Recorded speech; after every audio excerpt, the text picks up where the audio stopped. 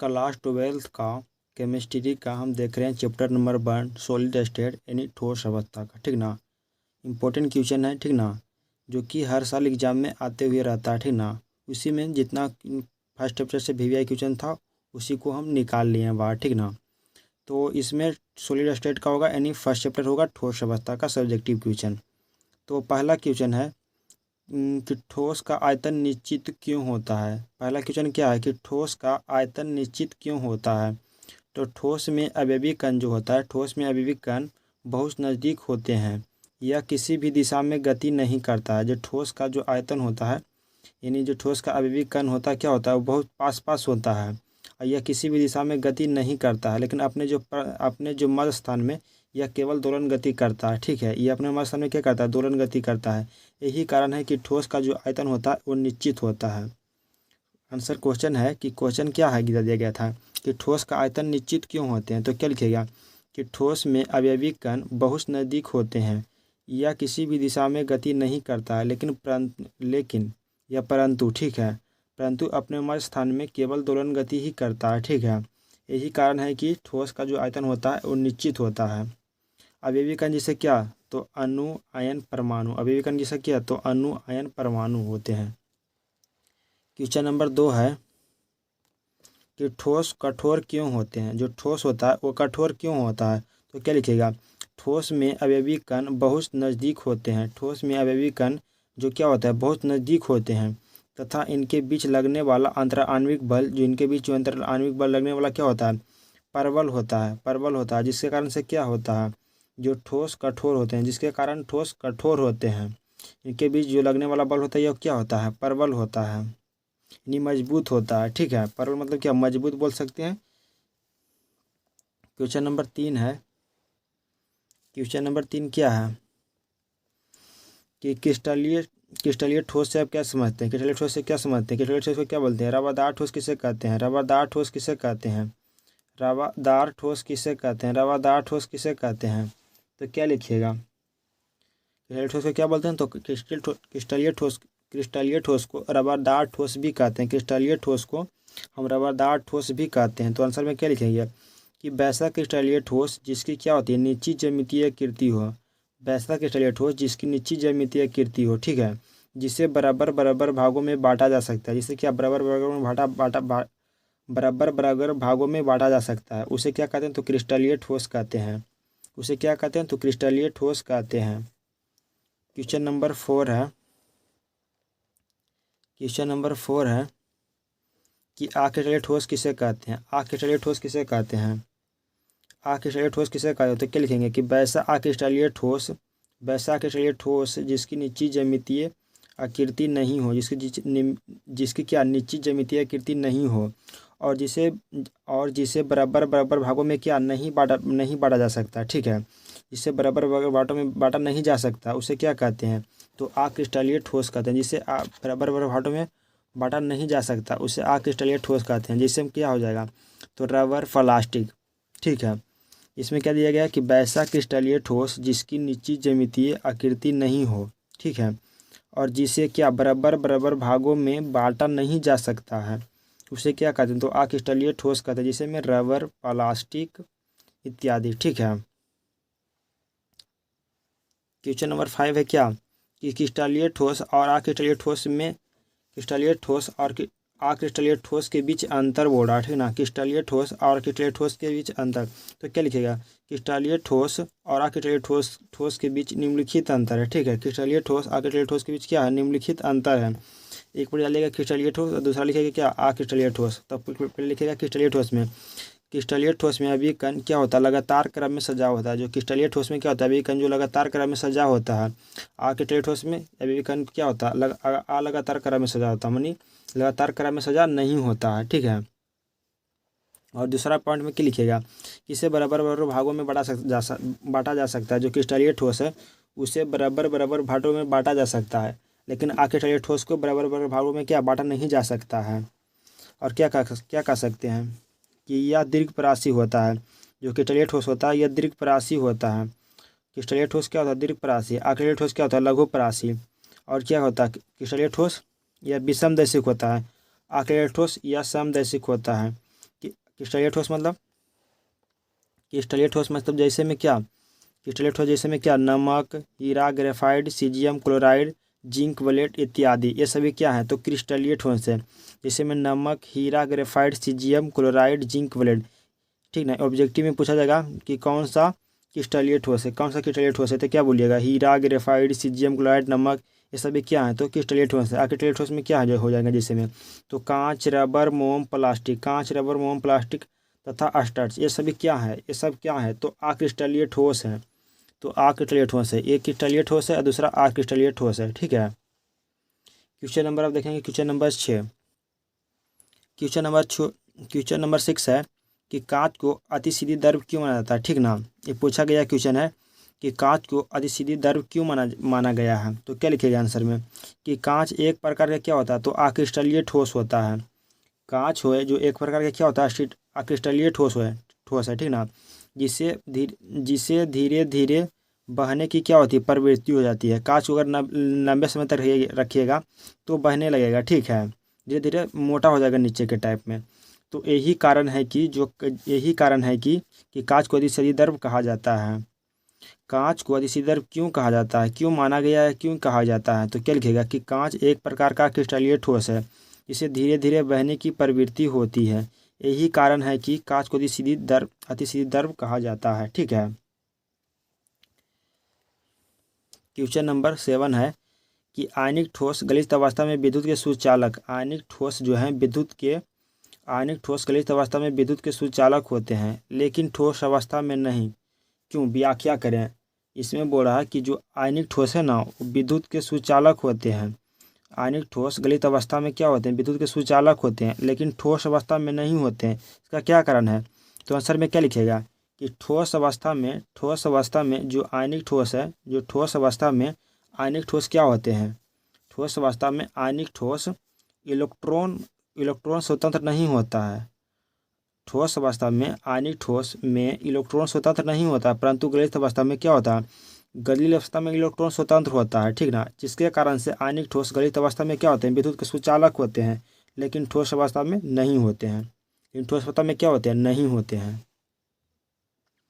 Question number 8 है किस प्रकार के ठोस का चालक आघात वर्णिता तथा तन्यता होते हैं, तो क्या लिखिएगा आंसर में कि धात्विक ठोस विद्युत के चालक तथा आघात वर्णिता तथा तन्यता होता है। जो धात्विक ठोस होता है वो विद्युत का चालक होता है, ठीक है, आघात वर्णिता तथा तन्यता होते हैं, ठीक है। क्वेश्चन नंबर 8 क्लियर हो गया। क्वेश्चन नंबर 9 देखेंगे। क्वेश्चन नंबर 9 है कि क्रिस्टल जालक क्या होते हैं, क्रिस्टल जालक क्या होते हैं तो क्या होते हैं, तो अवयवी कण के स्थान में त्रिविमीय सजावट को क्या कहते हैं क्रिस्टल जालक कहते हैं। अवयवी कण के स्थान में त्रिविमीय सजावट को क्या कहते हैं तो क्रिस्टल जालक कहते हैं। अवयवी कण के स्थान में त्रिविमीय सजावट को क्या कहते हैं क्रिस्टल जालक कहते हैं। अवयवी कण के स्थान में त्रिविमीय जो सजावट होता है, जैसे त्रिविमीय सजावट है, ठीक ना, उसे क्या कहते हैं तो क्रिस्टल जालक कहते हैं। क्वेश्चन नंबर 10 है कि इकाई सेल क्या है, इकाई सेल क्या है, व्हाट इज यूनिट सेल। इकाई सेल क्या है तो क्या है कि क्रिस्टल जालक में सबसे सूक्ष्म भाग जिसके पुनरावृत्ति से पुनः क्रिस्टल जालक का निर्माण होता है, जिससे पुनरावृत्ति से क्या होता है पुनः क्रिस्टल जालक का निर्माण हो जाता है, ठीक ना, उसी को क्या कहते हैं तो इकाई सेल कहते हैं।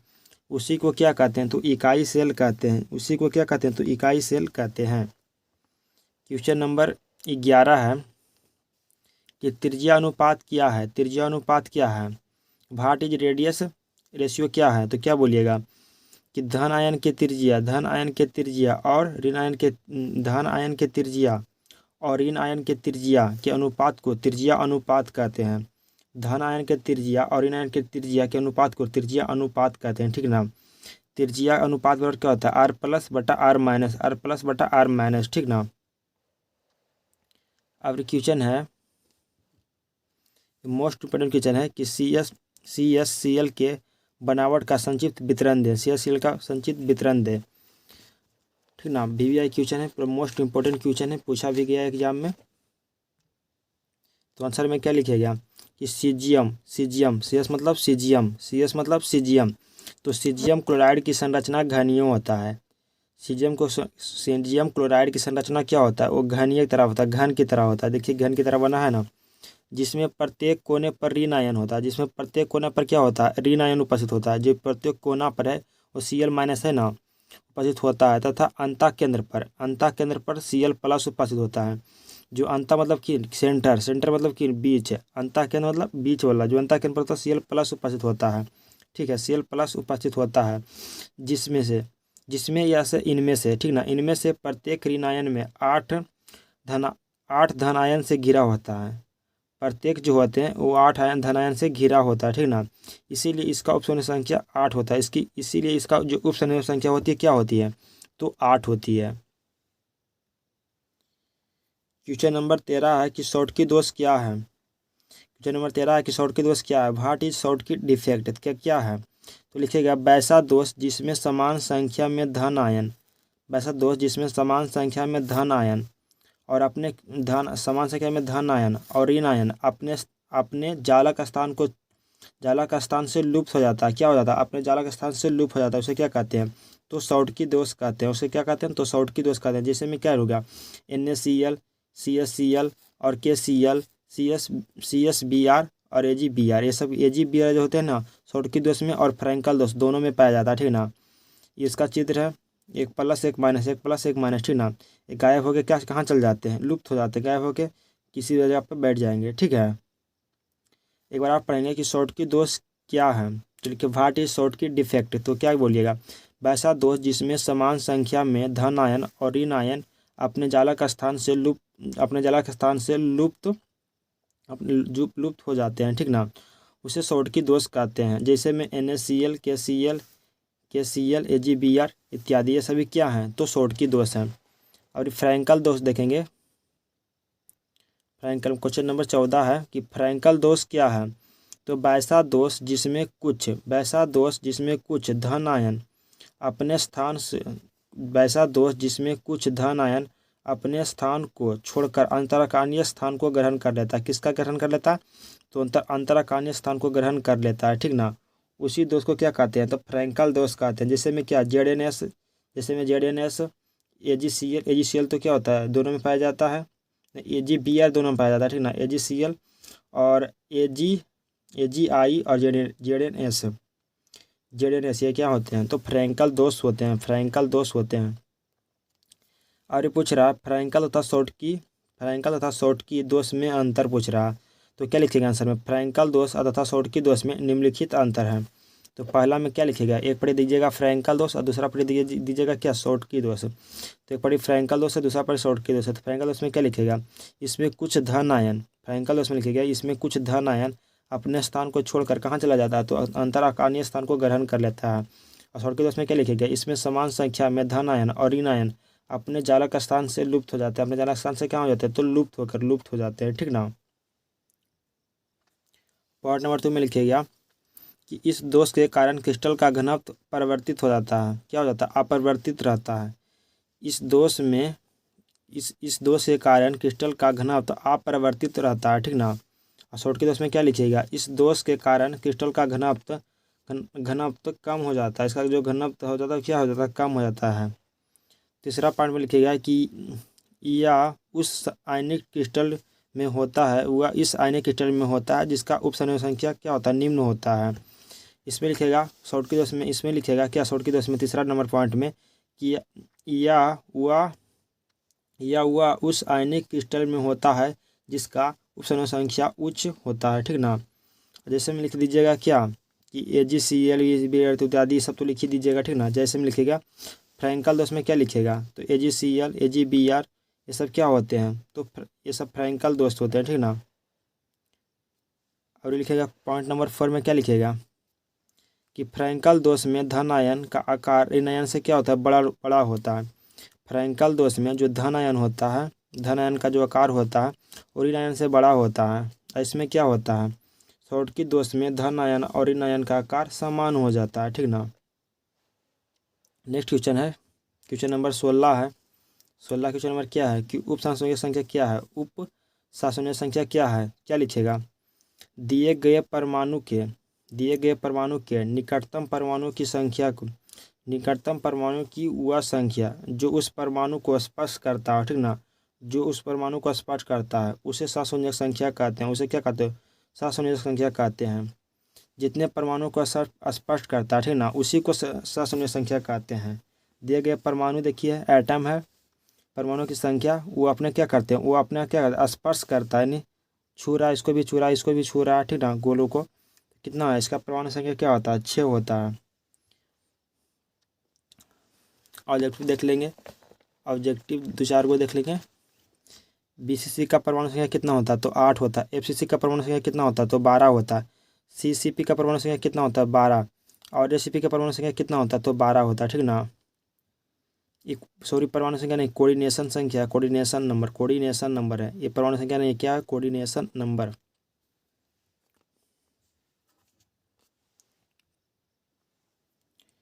क्वेश्चन नंबर 17 है कि संकुलन क्षमता से आप क्या समझते हैं? संकुलन क्षमता क्या है? तो क्या लिखेगा? What is packing efficiency? तो क्या लिखेगा आंसर में? किसी क्रिस्टल में परमाणु अणु आयन, किसी क्रिस्टल में क्या? परमाणु आयन अणु आयन, जिसे में क्या? अवयवी कण, ये सब क्या होता है? परमाणु आयन ये क्या होते हैं? सब अवयवी कण होते हैं। ये द्वारा छेके गए कुल स्थान के प्रतिशत को क्या कहते हैं? संकुलन क्षमता कहते हैं। जो छेका गया है कुल स्थान को क्या कहते हैं? इसी को संकुलन क्षमता कहते हैं, ठीक ना। एसीसी में कितना होता है? इसमें एसीसी में क्या होता है? एसीसी में 52% क्या होता है? भरा हुआ होता है, ठीक ना, 52.38%। और खाली कितना होता है? 47%। खाली कितना होता है? 47%। एफसीसी में जैसे 74% भरा होता है और 26% खाली होता है। और बीसीसी में 68% भरा होता है और खाली कितना होता है? तो 32%, ठीक ना। इसका जो होता है 74%, ठीक ना, एफसीसी का 74%।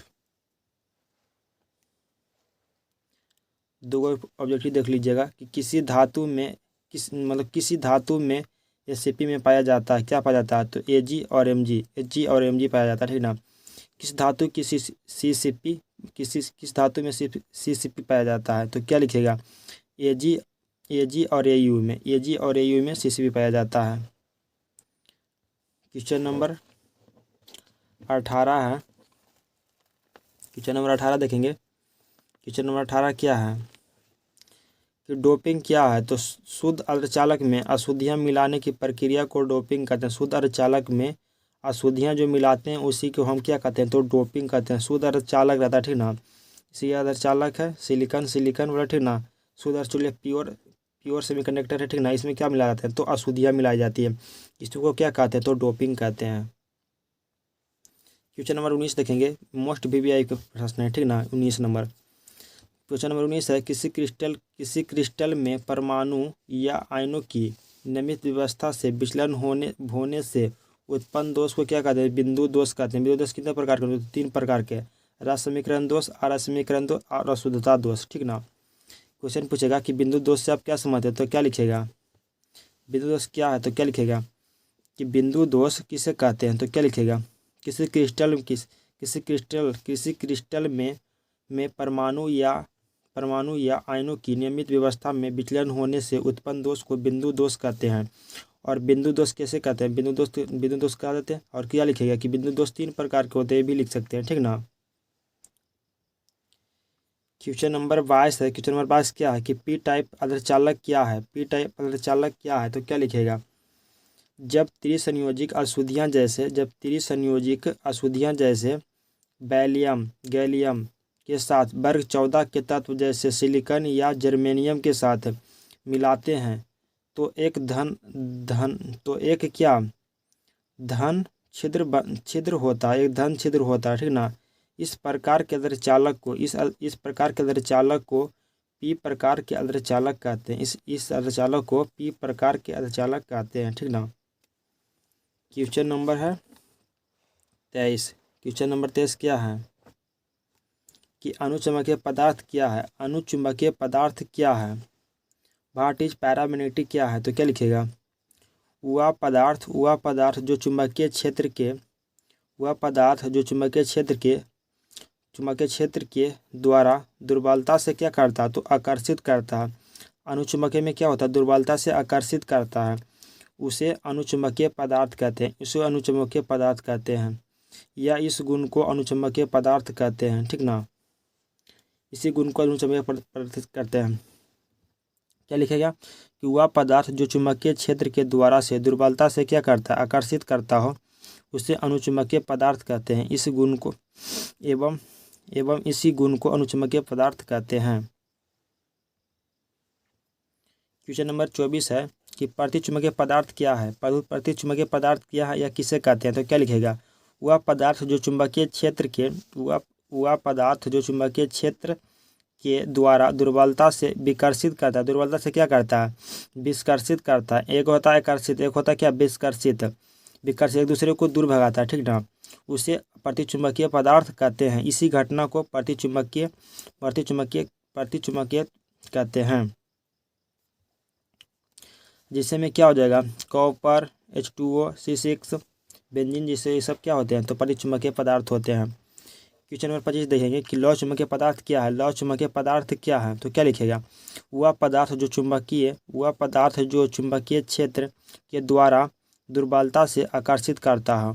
वह पदार्थ जो चुंबकीय क्षेत्र के दुर्बलता से आकर्षित करता हो। जो चुंबकीय क्षेत्र होता है क्या करता है, दुर्बलता से नहीं, प्रबलता से। लौह चुंबकीय में क्या बोलिएगा, वह पदार्थ जो चुंबकीय क्षेत्र के द्वारा प्रबलता से आकर्षित करता हो, उसे लौह चुंबकीय पदार्थ कहते हैं। लौह चुंबकीय पदार्थ कहते हैं। ये क्या, लौह चुंबकीय में प्रबलता से आकर्षित करता है। लौह चुंबकीय में प्रबलता से आकर्षित करता है और प्रतिचुंबकीय में क्या करता है, तो दुर्बलता से विकर्षित करता है। ठीक, जैसे में है CrO2, Al और निकिल और CO और इत्यादि, ये सभी, ठीक ना। यही मोस्ट इम्पोर्टेंट क्वेश्चन थे, ठीक ना, जो फर्स्ट चैप्टर का इम्पोर्टेंट क्वेश्चन था, सॉलिड स्टेट का, यानी ठोस अवस्था का। ठीक है, इसे आप लोग याद कर लीजिएगा, ठीक ना। और चैनल पर नए हैं तो सब्सक्राइब कर लेंगे, ठीक ना। इसी प्रकार से इम्पोर्टेंट क्वेश्चन का आपको मिलते रहेगा वीडियो, ठीक ना।